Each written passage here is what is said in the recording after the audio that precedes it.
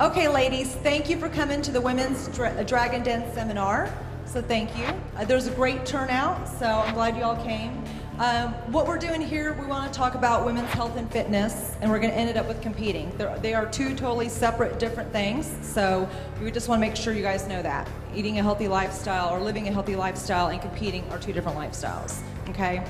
With this opportunity that I have, I just want to tell you guys can change the quality of your life at any age. If you're 22, 42, or even 62.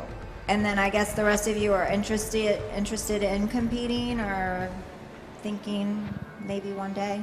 Okay. There's a lot of different organizations. I happen to have been competing in the NPC for 10 years, so that's the one that I'm most familiar with. They recently introduced a bikini division, which I just had a conversation. And the bikini division, I think what they're trying to do is for girls that feel like I don't have enough muscle, they're scared to stand next to the girls that do have a lot of muscle. They want to encourage those girls. And I've always told girls, you don't have to have a ton of muscle to compete. It's not about how much muscle you have, it's about your symmetry, how you carry yourself on stage. So don't think that you have to be the biggest girl to do well. And it's not really even about getting the trophy. It's about you and your goal and you being your best. Starting out, you might be able to bounce back and forth a little bit until you kind of find what you feel is your home. But once you have competed a while, they're going to start noticing they might not notice right away, but eventually somebody's going to rat you out. And each organization is really big on the loyalty. If you're going to compete in the NPC, you do a few shows and you feel like you're happy, stay there. I want to touch on some posing because a big thing that I think happens with competitors is they become so focused on training and diet and how they look that they look phenomenal and they get to the show and they don't know what to do with it.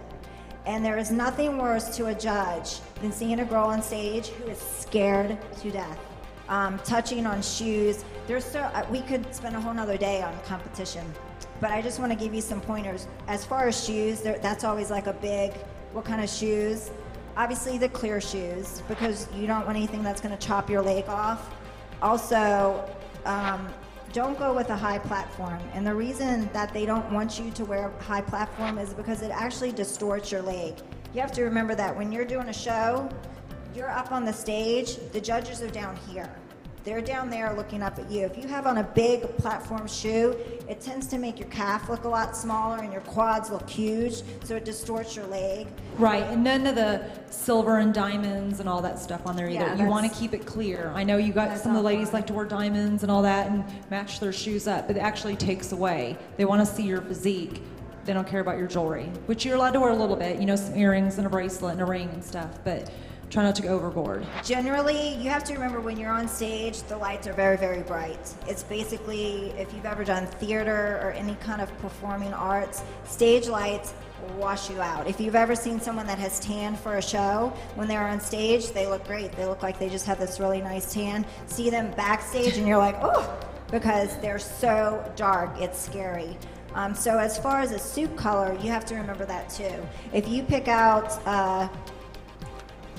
maybe like a gold color. Well, in if your tan. this blue, the background of this, that's a gorgeous color if you were to have a suit that color. But if you put that color under stage lights, it's going to almost look white. So always remember to go with a really deep, richer color. Most judges will tell you to go with the dark, like a dark purple, a dark green. Red is great on stage. Stay away from white. Tanning, it'll be ruined. Right, no white. The brighter colors just don't show up as nice on stage. It'll be interesting with the bikini though, because I'm hearing the suits are all over the place. What kind of suits the bikini girls are wearing, because in the past, figure has been more of like the darker colors. They just look more vibrant and rich on stage. Right. Well, they're saying even for bikini, you ladies need to wear the V-shaped bottoms. Same. No tie side. Yeah, no tie sides. And you don't have to have as much, bling on it like the figure suits. So whatever your favorite is. Some people like velvet or spandex, whatever your material is. So this year I'm going to go with orange, bright orange. Does anyone want to go over posing? Such an important part. Okay, volunteer. Yes, come on we up. need a volunteer. We definitely want you to come up. Before you even walk out on stage, I want you to kick your hips cat-a-corner. Because if you walk out on stage like this, you look pretty flat. If you kick your hips cat-a-corner and you bring your walk more across this way, the judges see an X. They see more shape right away. Before you walk out on stage, you need to remember this is the only time that the judges are going to see you and only you. Typically on a stage, show stage, you're going to have an X. So we'll pretend that this is the X. So you can go ahead, walk to the X, and smile. You have to smile. Very good. Now right before you get to the X, now this is for figure. They are going to do something different for a bikini. It's going to be more of a T-walk, which I'll show you later. We'll let Marcia demonstrate. When you get to the X, right before you get to the X, when you get to this X, before you approach it, I want you to step, turn, and just pivot. Can you do it? Uh-huh. Mm-hmm. But what you're going to do is, because when you're in your lineup, you're going to do quarter turns. When you are doing your turns by yourself, they want you to do what they call model turns.